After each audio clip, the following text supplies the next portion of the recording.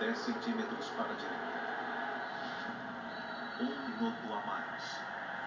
Há 2 meses atrás, segundo antes. essa televisão ela passa a funcionar só metade, e da metade para baixo ela fica com essas faixas aí, e na verdade ela fica um tempo assim, depois volta, melhora, volta, e há 2 meses está assim.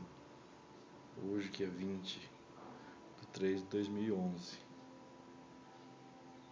Eu vou mandar para o conserto, ou eu tenho preferência que troque, uma vez que ela foi adquirida em 17 de maio de 2010.